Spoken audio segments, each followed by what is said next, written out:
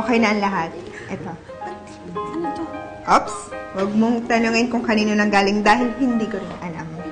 In fairness ha, meron ka ng secret admirer. Ay! Ano ba yan? Ang baby ko! Ang baby ko! Ang baby! Ang baby! Ay, okay na,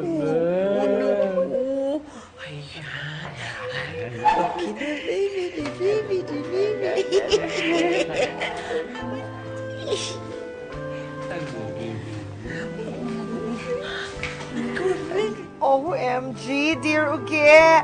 Mukhang eto na yung moment na hinihintay ko. Nagbigay na ng love letter sa akin si Crush. Akala ko pa naman kay Ras galing tong love letter na to. Yung pala sa isang kumag lang, nakakairita ha. Diyos ko, pasalamat ka nga. May nagbibigay na sa'yo ng love letter.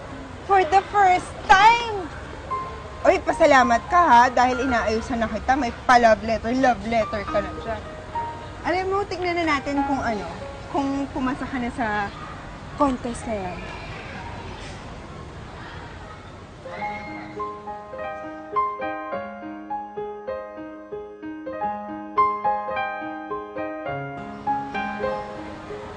Oh, Candy. Bakit ganyan yung tsura mo? Parang natalo sa loto ah.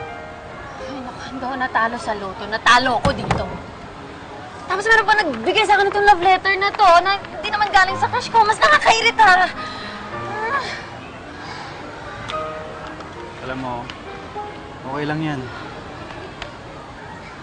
Marami pa namang contest na susunod eh. Tsaka ikaw pa. Bukod sa maganda ka, magaling ka pa.